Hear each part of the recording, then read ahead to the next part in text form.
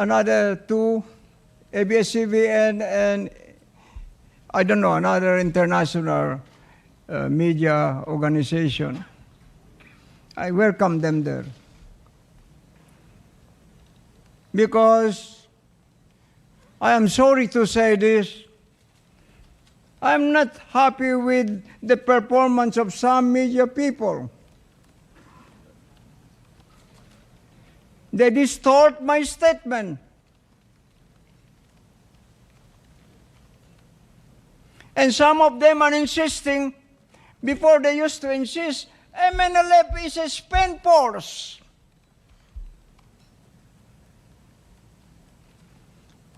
When the September 9 Zamboanga War came, President Pinoy was asked, Mr. President, with this war, can you still say that? No, no, no, no. Misuari is strong. MNLF is still alive. And now they are saying, mouthing the German propagandists, repeating lies and lies and lies. That this group of traitors called Executive Committee of 15, they said, is the biggest group. Sometimes MNLF. No, sir.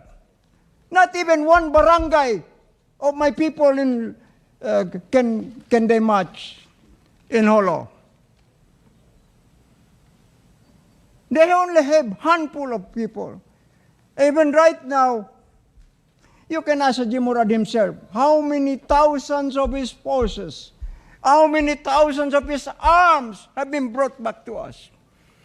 You can ask my brother here, one of my commanders from Lanao, from Cotabato. He will tell you, most of their fighters are already with me.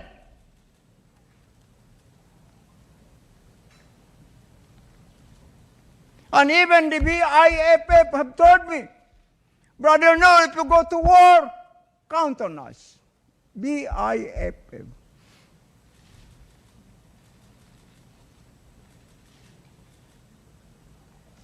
Ask somebody to dispute this. And now I came here, foremost in my mind is, how can we help our president finish his job through to the end of his 6-year term? Because I know for a fact that he will not abandon his pledge to the people. He said, I'll give you peace, peace in Mindanao. Is that so, Mr. President? So I support him for that. When he said, Brother Nur, why don't you move against Abu Sayyaf? So I started moving. First, I sent 1,700 of my forces, my inner security, to the eastern part. And we cordoned off the position of the Abu Sayyaf. Yes, Abu Sayyaf. They said, no, no, we give you. We return back. So the 10. But some people, enterprising people, when they came to offer them some money and claim in the media there, we were the ones. No, sir, no. With due respect to the armed forces, even the 2 that they got, they will only spill over from us. One of them swam during dark pitch night to the sea because they were guided. He was guided by flickering light of fishermen. Then when he reached them, where do you want to go? We want to go to the MNLF. So he was brought there. From there, he was sent over to the armed forces of the Philippines. They told me, there are other 2. So I asked them to scourge the whole mangrove areas, etc. We could not find. Later on, he showed up in the highway, and the armed forces came. But this was part of the work I did.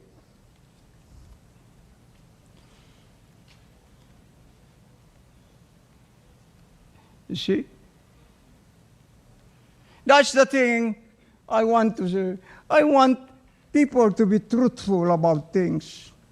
If you want us to be fair with you, You want us to deal with you? Please be fair with us. Just tell the truth, simple truth.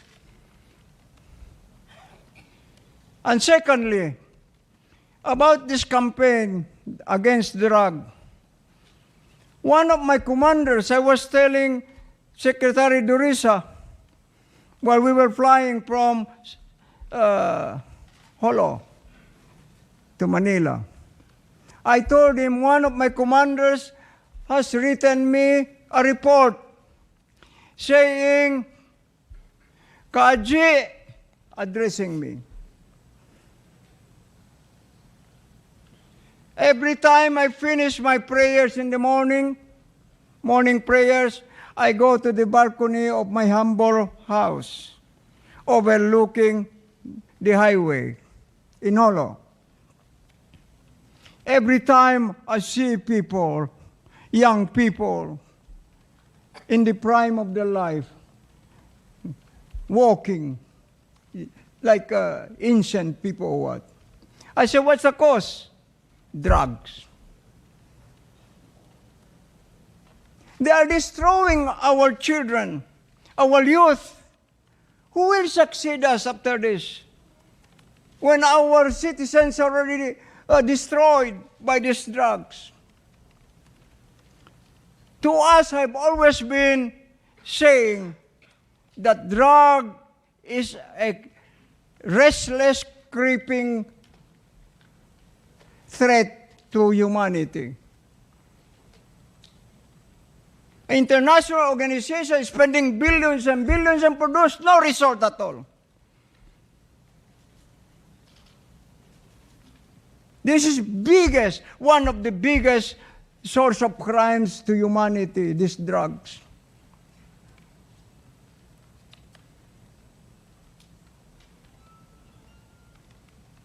And apart from that, I was also saying that since Malaysia is the one who is involved in this kidnapping for ransom,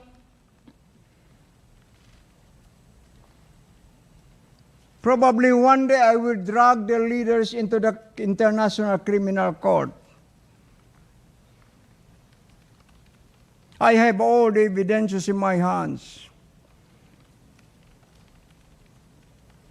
My people are everywhere.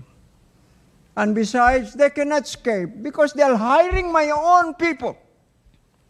Even Sipadan, they hired my cadre officers because they offered them millions. And then they have the goal to ask one of my nephews here, we want to see the chairman. They suggested Jeddah, Saudi Arabia, Makkah. And then they said, we'll meet at his camp. I said, then recently they said, let us advance our meeting in Indonesia. He is one of my members of my delegation now. I said, stop it. I don't have the heart to see these people. After they make this conspiracy to destroy the honor and integrity of my people, I am so concerned, Mr. President, because one time I had a press conference. It was a big room in Malaysia. But at the time, I did not know yet who was behind the Sipadan. Sipadan has just broken loose in the world media. They asked questions. Before even I could open my mouth, one German lady stood up and pointed her finger at my face. You know, Governor, your people are the worst people in the world. I said, sit down. I will explain to you. Because she said, why did they kidnap people for ransom? Now, I told them. I said, listen, I can understand what is prompting in your heart, in your soul. I can understand that because you